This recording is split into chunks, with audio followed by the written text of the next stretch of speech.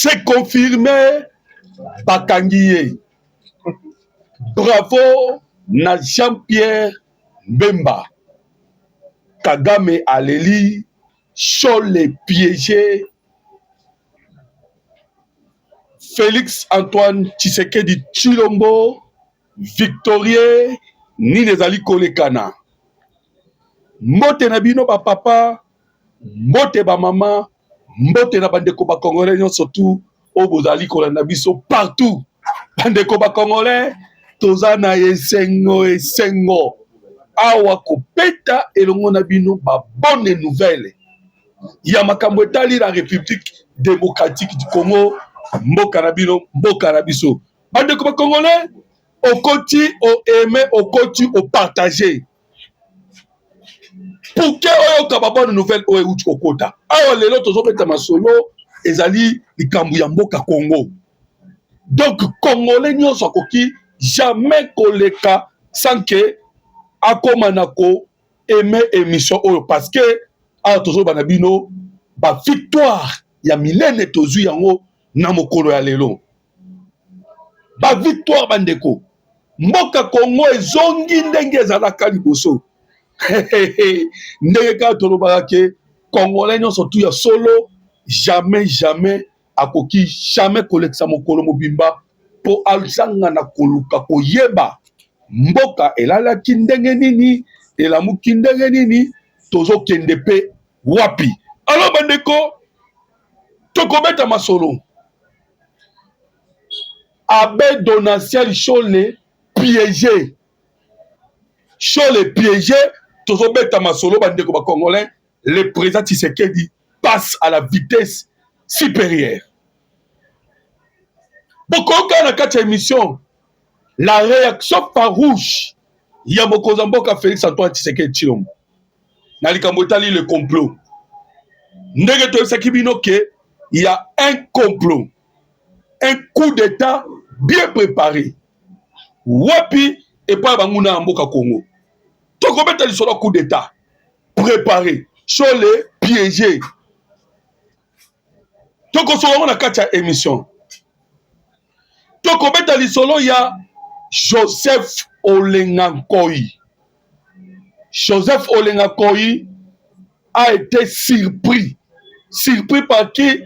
Par Mvonde. Tokobeta lisolo nango awa. Bokoyoka Mvonde a surprendre Olengankoi na nini. Bandeko, on ne blague pas avec la République. Basakanaka namboka te. Tokobeta masolo nango awa na kati ya émission. Tokosolola si le dimanche d'enfer. Bandeko ba congolais lobby o ewuti koleka ezalaki dimanche d'enfer pona RDF M23 awa tolobi tokobetela bino lisolo na yango bokoyeba ndenge nini batombe en désordre. Bakanisaki ke ndenge le FARDC asalaki moins repris ndenge tolobaka. Ok, le FARDC a vu déjà ordre. Il y a repris stratégique exaté. Mais ils se sont trompés. Tokosolomo pe na kati ya émission. Bande comme congolais, le Félix Tshisekedi, président de la République, fait stratège. L'opposition plaira. Nini na dossier ya service national. Bandeko a tozoloba service national à Kinshasa, Kasomo Kabwik. A tozobeta bino masolo sur le terrain, quels sont les enjeux, quelles sont les stratégies. Oyo Kasomo Kabwik azo mené sur le terrain tokobeta pe le solo ngo awa na kati ya émission. Bandeko, voilà tozo senga na bino lisusu bayi congolais poto protéger live na biso awa. Oyo bayebi déjà biso ndenge tobetaka masolo inutile même ya ko rappeler eza kaka okoti o aimer okoti o partager pour te permettre batutu bayeba la situation oyo ezali koleka na mboka Congo. Bandeko omoni soki ka yo aimer komitungisa te j'aime na yo kaka ezo permettre na YouTube atindela pe ndeko mosusu. Donc makambo ngo marchaka bongo oyeme omoni ke pa mutu mosusu wana pe aimé ekepa mutu mosusu okuna aimé soko moni oko aimé te koma commentaire parce que commentaire nyonso oyo elekanaka na chaîne na biso baservice batangaka ngo toyebisana baservice ke nous peuple congolais nous avons pris la décision il y a changement de la constitution voilà bandeko bakongolais matondo mingi na bino bayebalandaka ngai bamonaki déjà natalisaki bino bavideo et le problème eza awa sur ndenge Joseph Kabila alekanaki na misu ya mokili mobimba alobi ça c'est ma constitution. Alors bandeko vous devez comprendre que lorsque Joseph Kabila est en train de dire que constitution neza ye azo bango pamba te lui qui est un chien de course ndenge mokonzi mboka alobi que c'est un chien de course ya nani ya Hippolyte Kanambe. Donc vous allez comprendre que c'est chien de course ya Hippolyte Kanambe alobi déjà constitution eza ya ye et constitution o eza ki ya ye alobi na batu mibale alobi bango bazaki komela masanga bazoleka na babistro nga na osala constitution na ngai oyo et même l'église catholique batelemelaki constitution oyo alors eza ya ngai. Mais chose grave bandeko bakongolais, qu'est-ce que nous avons constaté? To constater que awa constitution oyo esengelaki ezala ya Kabila yemoko parce que l'église catholique a combattu cette constitution. L'IDPS a combattu. Mais comment est-ce qu'aujourd'hui, comme on a donné ces choses, il se présente comme yende azali ko protéger constitution oyo. Alors bandeko, ça se fait comprendre comment? Parce que beaucoup yango tilelo ezaka owana. Ezaka beaucoup o moko wana. Ndenge jole lela comment lobake nécessité ya ko changer ou bien ya ko modifier ezate. Alors vous allez comprendre que il est aussi téléguidé na CC. Mais pour le cas, Donatien Chole n'a pas parlé simplement d'Ebola. Pardon, de la Constitution. Il a aussi parlé d'Ebola. Lorsque tu as vu un élément, tu comprends que complot est outil musika. Comment Chole a lobby que la gestion il y a Ebola est catastrophique et le pays est en danger. Wana Donatien Chole abi pays est en danger, bango bakotika mboka bongo te. Vous sentez qu'ils ont préparé et contre la RDC. Ils ont préparé un coup contre la République démocratique du Congo. Voilà. Bandeko, maintenant, M. Obo Katumba Zazou, baye kala baye biye. To bengi la kombo Tumba Zazou. Na ebite so bomo na. Voilà. Je me permets, il y a un téléphone pour vous permettre. C'est monsieur Otobenga Tumba Zazou, comme on a dit, Olenga Koi. Olenga Koi dans le complot. Olenga Koi aille à gonfler chiffres. À gonfler chiffres, il y a manifestation au Elekanaki. Pourquoi Bandeko Boyokana nous, Natangela Bino, Boyoka, Makambu Olenga Koi Alobaki, et à tout ça, va comme côté là. Maintenant, il va côté là, va Pero Louara. Pero Louara, va côté là, Olenga Koi. Pardon, Bandeko, vous passez un petit peu dans mon réseau, et c'est un tout petit peu compliqué. Je pense que, voilà. Le président du Conseil national de suivi de l'accord et du processus électoral Sensa, Joseph Olenga Koi, est convoqué à la Cour de cassation par le procureur général Firmin Vonde ce mardi 23 juin 2026. Pourquoi Boyoka, pourquoi Babengie Bandeko Congolais, il a dit n'importe quoi. Mais, bon, c'est là, je vous dirai pourquoi Alobi n'importe quoi. Ce n'est pas qu'il a dit n'importe quoi. Bazaki contenté Eloko Moko. Ah, Yoka Olenga Koi. Na tweet na Alobi Boy. Le bilan provisoire de la manifestation contre le changement de la Constitution à Kinshasa a fait état de 10 morts, 15 disparus, 176 blessés graves. Le pouvoir bascule dans la tyrannie extrême et les tendances sanglantes élevées. Pourquoi on a eu une déclaration Oyo? Bande Koba Congolais. Il y a un coup qui se prépare contre Tshisekedi. Un coup. Et coup en moi où tu pays où tu Europe. Et où tu Europe. Pourquoi? Parce que les Européens tindaki une délégation. Il y a pas homme d'affaires, il y a pas lobby, il y a qui a RTC. Il y a qui kosa nini, il y a qui kosolola. Makambo etali minéré. Batali ici le président Tshisekedi. Barobi na yeke biso tozwaka da minéré na Rwanda. Et si tu veux que la guerre finisse, pesa biso minéré. Le président Tshisekedi tindi bango et pas ya Jean-Pierre Mbemba. Jean-Pierre Mbemba. Hey, bandeko, voilà toi ici na bino bravo Jean-Pierre Mbemba. Bravo Jean-Pierre Mbemba. Pourquoi? Parce que Jean-Pierre Mbemba a surpris l'Union européenne. L'Union européenne a l'ingaki ke ndenga yek awa azwa minéré.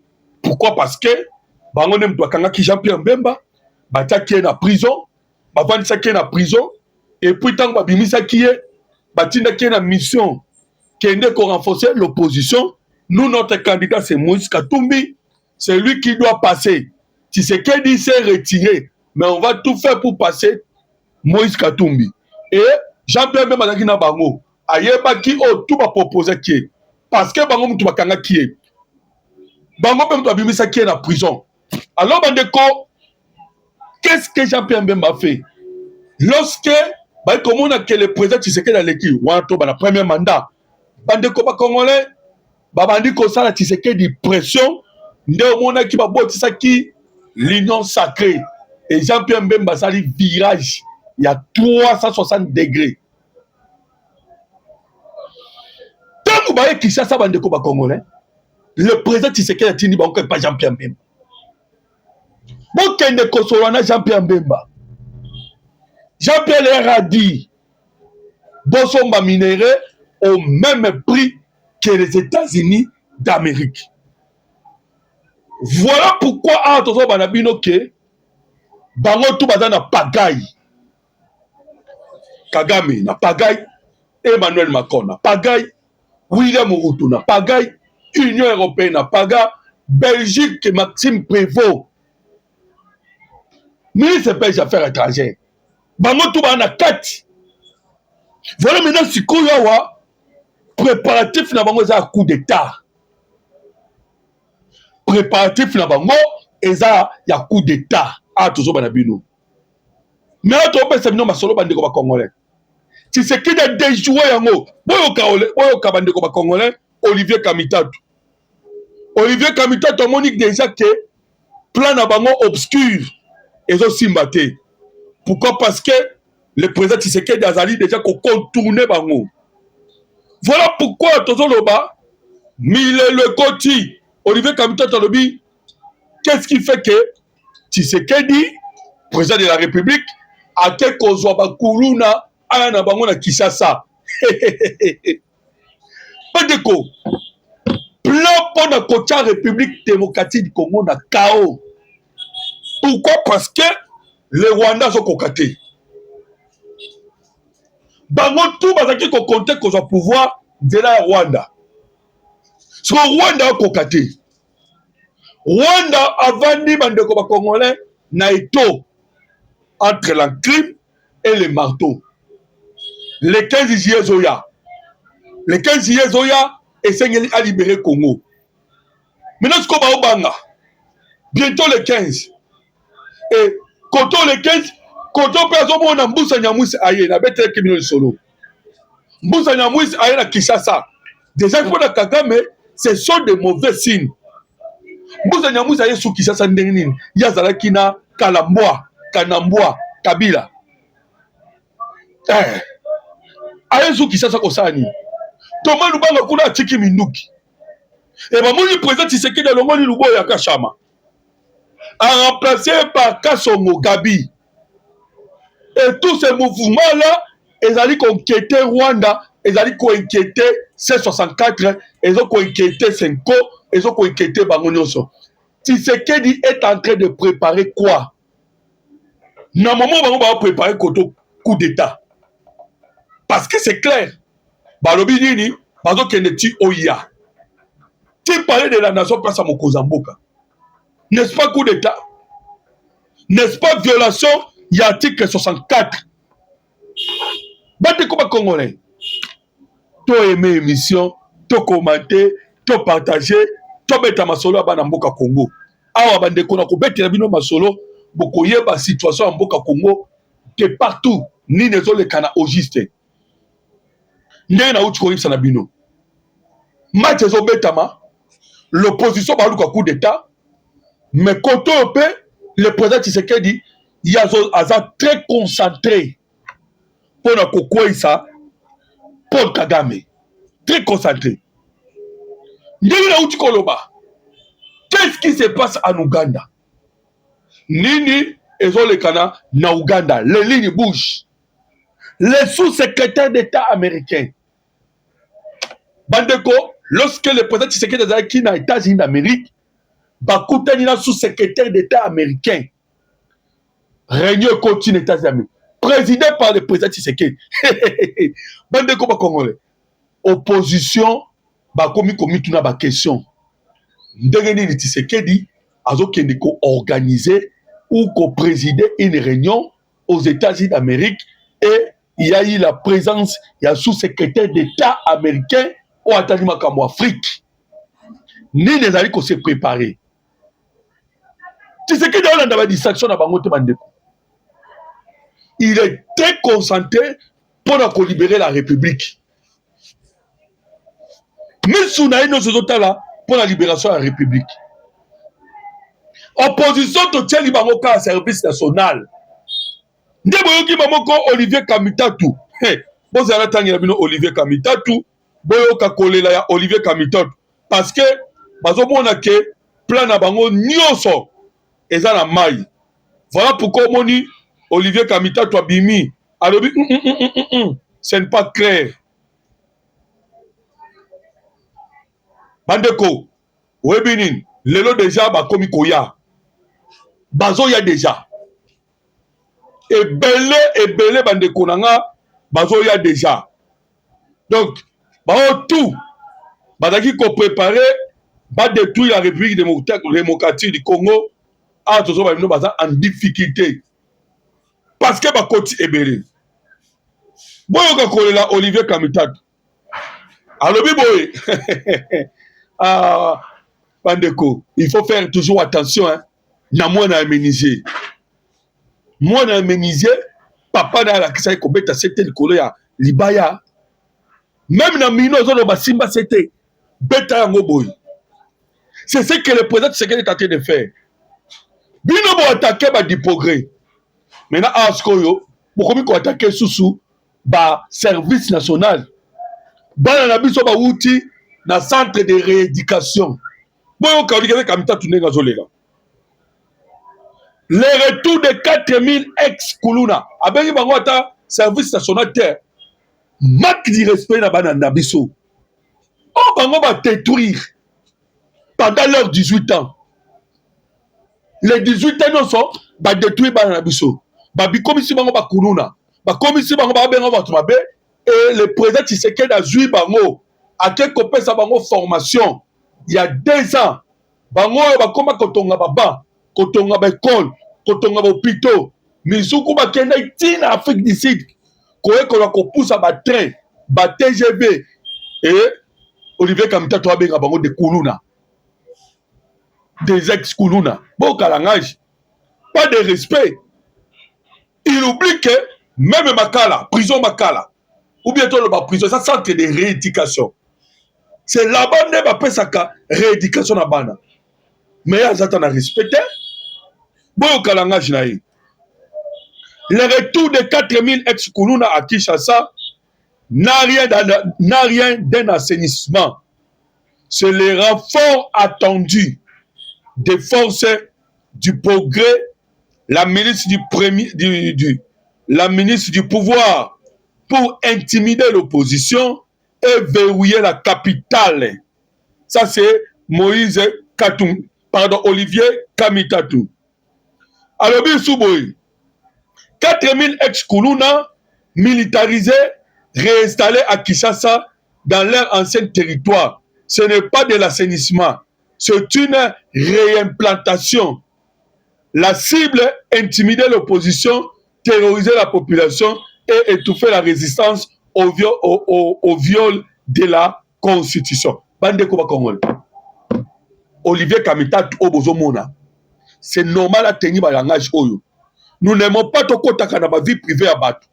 Mais je vous dis que Olivier Kamitatou, c'est un enfant, un monsieur qui a traversé enfance moins de difficultés. Même si nous avons Bakuluna, va traverser enfance royauté. Parce que Olivier Kamitatou, papa n'a pas moto moindo, maman n'a pas moto moindo. Yes koyo a mundele ndengeni. Avec un papa noir tout fait, une maman noire tout faite. Mais il y a bima mundele ndengeni. Voilà pourquoi tellement bima bongo ndé komi kolobisa ba n'importe quoi. Ils ont peur. C'est qu'ils avaient préparé un coup contre la République. Boyoka bandeko ba Congolais. Dire ça, dire des bêtises comme Olivier Kamitatou, c'est vraiment un esprit de myrterie. Si la prison était centre de rééducation, qu'en est-il des services nationaux?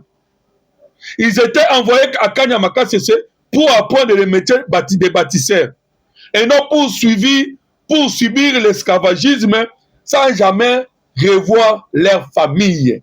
Hey, bandeko ba Congolais, ba a tozo banabino bazo lela. Bazali ko craindre que ni ne koki koya liboso na bango. Même Bachole. Alors bandeko bon rejoindre biso na groupe WhatsApp parce que là toza na ba vidéo ebele. Bolandi Chole. Bolandi makambu donase Chole à lobby. Azo défendre C64. Et toi, c'est qui dit que C64 en question, et botamaki wapi, et botamaki na boboto. Donc C64, ils allaient moi na ya, ba sango ya senko. Bangom doit boti yango. Et voilà pourquoi lobby bandeko. Bandeko na biso ba Congolais ba qui très mobilisé. Hein, très mobilisé pour na koluka côté les mela tous les moutou parce que bandeko au dernier virage. Dernier virage à tout ça, lis sur le courant lis. L'homme bandeko à Kassai, très fâché. Bakititi na ba église. Bakititi na ba église. Pendant qu'on de dénoncer les actes na habité ceux qui na mon vidéo ngo Nathalie Sabino. Bakititi na ba église pour batailler ça ba tout que nous ne voulons pas les bêtises dans la République démocratique du Congo. La réponse d'Augustin Kabouya. Augustin Kabouya a un langage Yamukozamboka. Là, il faut comprendre que le président Tshisekedi est déterminé. En dépit des complots, il y a un travail qu'on a pour fixer Paul Kagame. Tout est déjà mis en place. Déjà, on a affaibli l'opposition militaire de rébellion. Écoute, rébellion, agression. Nous avons tout mis en place. Pour nous aussi ça, agression. Nous avons mis la solo. Boyoka le dimanche d'enfer. Dans le lobby, dimanche d'enfer. Wapi, na minemwe. Nous avons mis le solo. Nous avons mis le solo. Mais bon, on a Augustin Kabouya. Augustin Kabouya, bio. Augustin Kabouya, Mandeko, dans un zongo, parce que Augustin Kabouya a kataki document. Document, ah, Tozo Bissamino, akataki document ya ba FCC ya 5 pour dire que document wana ezali document sans valeur. Oh non, ah tozoloba, il n'est pas une urgence pour changer constitution, ce n'est ni une urgence ni une priorité. Qui est la 5 ou toloba choli pour aller définir biso ce qui t'a changer constitution koki ou pas. Azanani. Voilà pourquoi lobby symboliquement Augustin Kabuya a kati ba document na bango. A kati yango nyonso ah tozo ba bino komi skoyo ba komi kofinga Augustin Kabuya. Mandeko, vous savez quoi? Bango moko bayoki cette grande réponse farouche. Il y a pouvoir en place Mandeko to répondre bango tel que il le faut. Tozo beta masolo Mandeko ba Congolais. Bino bo tchaka ba j'aime. To aimer, to commenter, to partager. Le président Évariste Ndayishimiye à Kinshasa. Pourquoi faire? Boyoka, le président burundais, général Neva, est arrivé ce lundi à Kinshasa. Aye Kosalanine, bande Koboyoka. To bêta qui déjà to récupéré Minembwe. La photo ma vérité. Déjà to soit qui Minembwe. Mais, ba bunda qui makasi. Ba serpent noir ainsi que bande konabiso ba hibou. Chaque côté, Sukhoi ainsi que nos drones. Mais bande koba congolais Évariste Ndayishimiye aye pambate. Il y a eu trahison. Ndenge nini to récupérer Minembwe to côté tina Minembwe centre. To récupérer yango. To tina Minembwe centre. Mais Kagame a dit 4 drones, y compris les soldats na sol. Bafungoli nzela. Bandeko, les 4 drones commencent à bombarder nos FRDC. Sans que réaction et salama, na niveau ya état-major na biso. Le président Ndayishimiye est en colère. Si Bomoni n'est pas présent, Tshisekedi a pambaté. Il est en colère. Bandeko, boyebi nini? Les États-Unis d'Amérique ont joué chez Mokwa Kitoko. Abengi Yoweri Museveni, abengi président Tshisekedi, asangisi bango. Alobi, la paix doit rentrer. Longwa Bunagana, Tigoma. Longwa Kasindi, Beni Butembo. Paix Sengelezonga, paix développement, ainsi que les échanges de l'information et du renseignement pour que la paix est à tous les 2 côtés, afin que les opérations et salama tout rétablir la paix. Museveni Ndimi. Moi, Museveni Ndimi. Le président Tshisekedi Ndimi. Jean-Pierre Mbemba Ndimi. Parce que, na kata makamwana, Jean-Pierre Mbemba a un rôle bien. Il fut un collaborateur de Yoweri Museveni. Jean-Pierre Mbemba a joué rôle. Vous voyez comment après, Moussa Nyamoussaye, Thomas Lubanga Tiki Manduki. Donc qu'est-ce qu'on a Burundi? Tant que tu es Burundi, Burundi est très important parce que, vous voyez, les Congolais, tu as la Burundi, Bisso, Naba français. Bisso, Naba français. Ba français, ils ont pression, Évariste Ndayishimiye. Président Ndayishimiye a tiré 14 000 hommes. Bande Konangaï. S'il vous plaît, tu aimé l'émission, tu commenté, tu s'abonné, tu commenté dans commentaire. Bravo na Évariste Ndayishimiye. Pambate météo ba makamususu. Je vous dis, Pambate météo beta lisolo mususu. 14 000 hommes.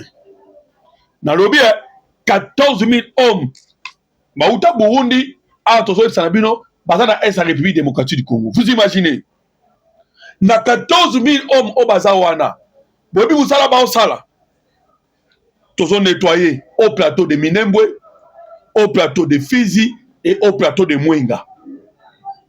Na Fizi, na Uvira, ça va. Mais il y a un petit problème dans le plateau de Mwenga. Moi, petit problème, mes amis, dans le plateau de Mwenga. Alors, le président d'Aïchimi a eu pas maté parce qu'il avait déjà envoyé une délégation aux États-Unis d'Amérique. Facilitation à président Tshisekedi. Délégation, il y a Burundi, Bakenak, États-Unis d'Amérique. Bobo Sanate. Burundi n'a pas République démocratique du Congo. Après l'investiture, il y a Sassou Nguesso. Le président Tshisekedi ainsi que le président d'Aïchimi, Bakota qui avion moko. Wapi, tina Turquie. Lorsque Bakomi na Turquie, Baké directement.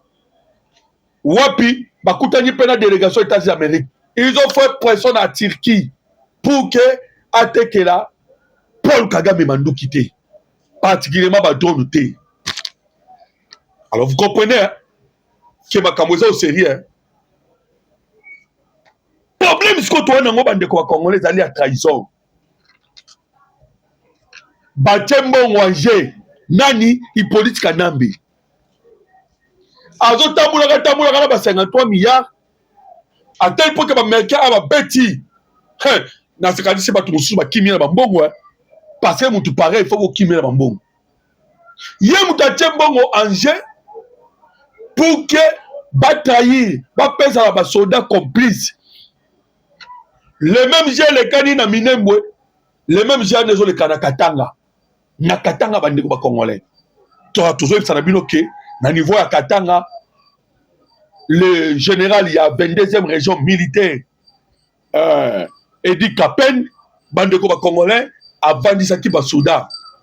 Alubi oyo nyonso azui mbongo. Il y a Hippolyte Kanambe, il y a Moïse Katumbi, azongisa yango. Nous sommes au courant na yango nyonso. Ozo ki munduki, ozo ki mbongo, songisa yango. Et vous allez comprendre que Bitumba na Est, Bitumba na Katanga, Bitumba na Kinshasa, bande ko ba Congolais, samedi au Tchikolekana, Ndeko Eliezer Tambwe, Mpoche, Oboyebiye, Mwana Mukolo Lupangu, Azalaki Nansele, je pense que Boyebi Nsele. Place nini, Bakene Kobimisa, Bamanduki. Bande ko ba Congolais nazo ba bien Manduki. Je pense que Bokoyi Komona. Na évité ce Bomona. Nansele. Tellement Manduki ebele ba préparaki l'objectif posé la Bomona yango parce que le général Chiko Chitambo Azalaki Manduki voilà yango yo. Je pense que Bozomona. Bozomona Manduki. Manduki yango.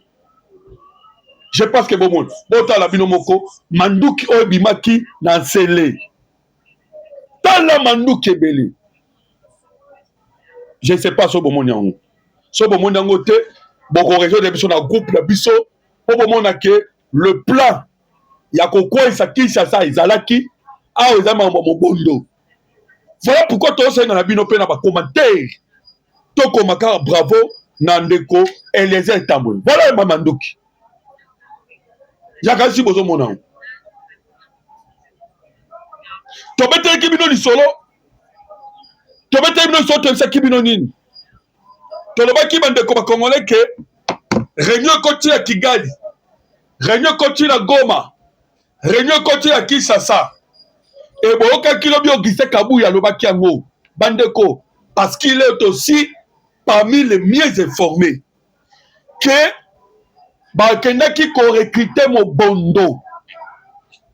Mais heureusement, le ministre Eliezer Tambwe déjà Kendaki a précédé qui. Parce qu'il a travaillé, Mobondo, Bazoki Minduki, Bandeko Congolais. 850 quelques Mobondo. 850 quelques Mobondo. Ah, tout ça, arrêtez. Et 500 quelques baké na réformation.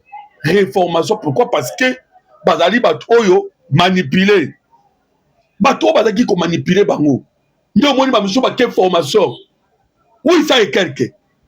Banani bazouki bango, bazouki bango pour que lorsque bazo organiser coup d'état na bango. Coup d'état on va préparer pour na kokende kokwisa pouvoir ya mokozamboka. Bandeko, moment na wapi marche et salama objectif en marche mobimba bakenda ngo tina parler de la nation. Est-ce que Zalaka? Est-ce que vous ne comprenez pas que l'opposition Oyo, bazali opposition moko pro Rwanda, o bazana objectif yaba kwisa la République démocratique du Congo, mais bande ko ba Congolais. Ah tozo banabino bazo paye la moto.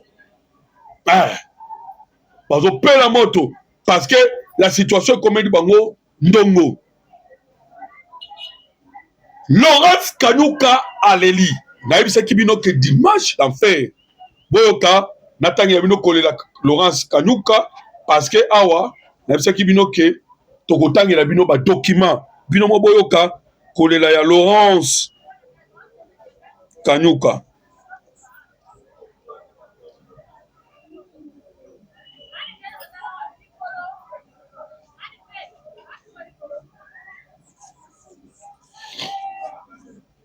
Boyoka Laurence Kanyuka Aleli nini babetami dimanche d'affaires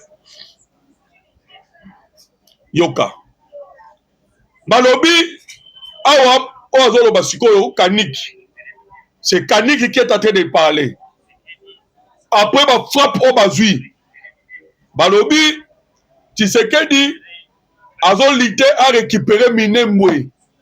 Il a mis tout en jeu pour qu'il récupère Minembwe. Voilà pourquoi il est en train de nous massacrer. Minembwe ça ba Rwandais tout ça ba Congolais. Et ça ba Rwandais tout ba Congolais. Bande ko ba Congolais. Oh boyo qui est vidéo ya Kaniki qui est en train de pleurer sur Minembwe. Parce que des gars ba koufi na des gars ko sakanate. Ba perdre na un officier, vous en attendez beaucoup moins officier ngo o ba perdre ba ke ko kunde na Rwanda. Officier wana. Ba kundi na Rwanda bande ko ba Congolais.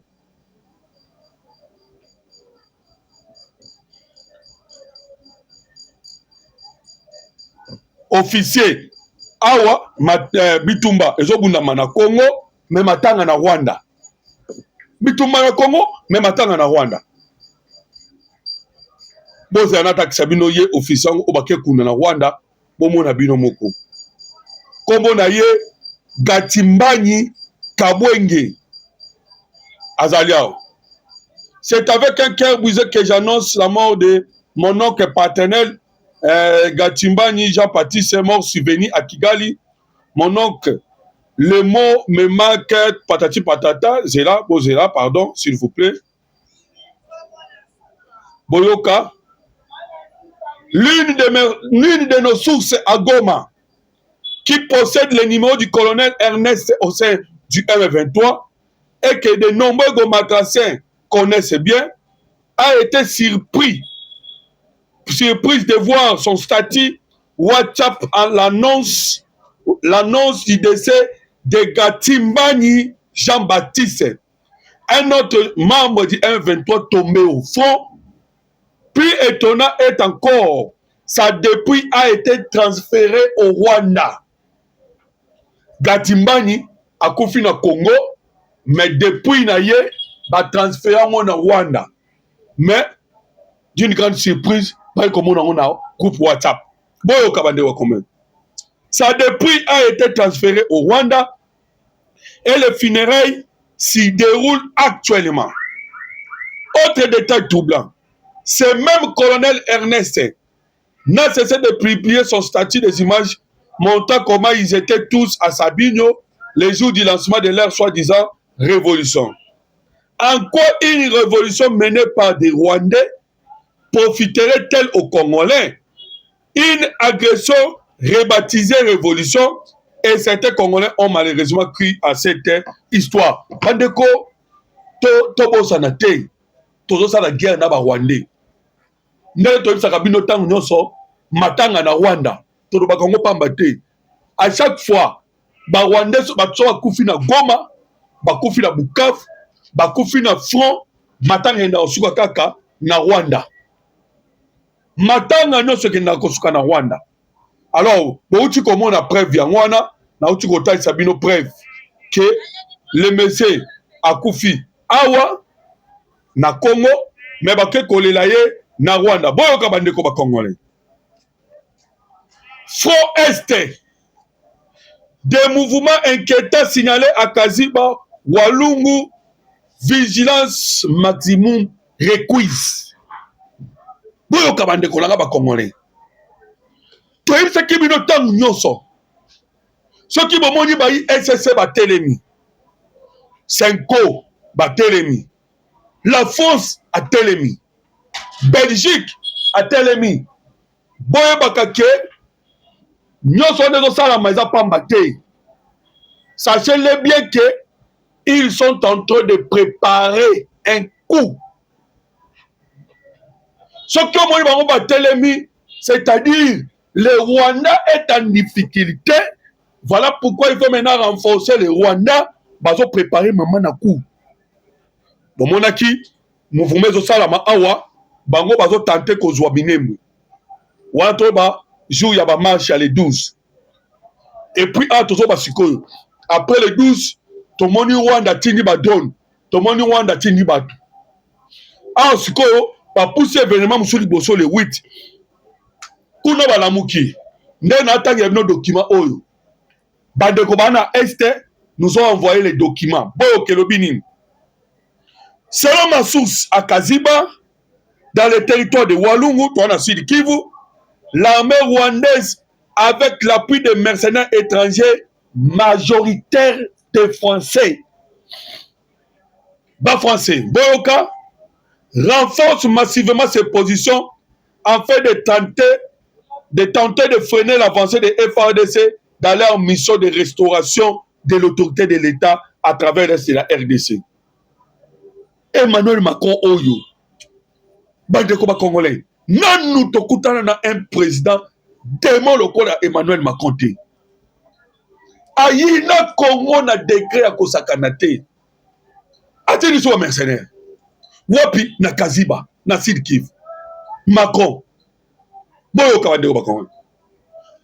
Ma source indique également l'installation d'armes et de divers matériels militaires dans cette partie de Walungu, avec pour objectif de lancer de nouvelles offensives vers Uvira, Baraka et province Tanganyika. Depuis 3 jours, c'est un document très important pour nos services de renseignement, pour nos Congolais de partout. Alors, bino ba bozo landa biso, bocha kaka jem, natanya nos documents. Depuis 3 jours, ma source observe une activité intense de zones ennemies dans la région de Minembwe. Malgré cette pression, les FARDC maintiennent leur détermination et poursuivent leur mission de défense de l'intégrité territoriale de la République démocratique du Congo, malgré le silence de l'état-major. Boyoka, ma source attire également l'attention des autorités sur l'existence présumée des réseaux de complices qui, selon elle, agissent au profit de l'ennemi tout en opérant depuis Kinshasa. Boyoka, nous appelons le président Félix Tshisekedi, le gouvernement et le haut commandement militaire à accorder une attention particulière à ces alertes et à suivre de près la situation sécuritaire à Minembwe, Walungu ainsi que dans l'ensemble du Nord Kivu et du Sud Kivu. La RDC restera debout, le FARDC avance avec courage et détermination. Le peuple congolais garde confiance dans la victoire et dans la restauration complète de l'autorité de l'État sur toute l'étendue du territoire national. Bande de Congolais, to partager émission. Qui va service de renseignement et bah. Ce qui n'a déjà bien que ceux qui ont aimé, ont commenté directement YouTube a une vidéo, a une de Congolais moussous. Qui est quoi dans ma boîte de service de renseignement? Il y a un autre Congolais nous sommes en responsabilité. Il y a que ça quelque chose. Tous en dernier virage. nous avons eu la chance, il y a qu'on soit un Donald Trump pour nous aider, tant qu'on a aussi ça la guerre, pour récupérer la souveraineté na biso. Tant la carte français, bah que commande la Tanzanien, bah Kenyan, bah tinda bah soda na bango. Alors que Tanzanie na Kenya bah sénité, bah sénité France est remonté. Et vous savez pourquoi la France ne veut pas perdre le Congo? Bah comprenez déjà que Kagame déjà a commis déjà Moutoumoko va rejeter. Voilà pourquoi bah que nous pensons à Tanzanie. Mais sur la bango eza wapi kaka na Congo. Po ba luka ndenge nyoso tout ba koisa la République démocratique du Congo. Bomoni Bacholi, bomoni C64, bomoni AFC M23, bango tout ba travailler na sima ya politique ya ba français, particulièrement Emmanuel Macron qui est derrière. Mais toujours le Macron awa et comme il est souka. Le problème est ça ba de Congolais nini. Il y a des traîtres au bazana kacha armée na biso. Ba traître na kacha politique autant nyonso bazo tekaka ba information ya ba FRDC ba traître ba ndeko congolais. Donc so moni traître dénoncer ye parce que derrière traître nyonso bato akufebele, derrière traître nyonso bato bazo kufa ebele. Puis c'est 143 89 40 330 80. Puis c'est 143 89 40 330 80. Nous avons pas pour la vie.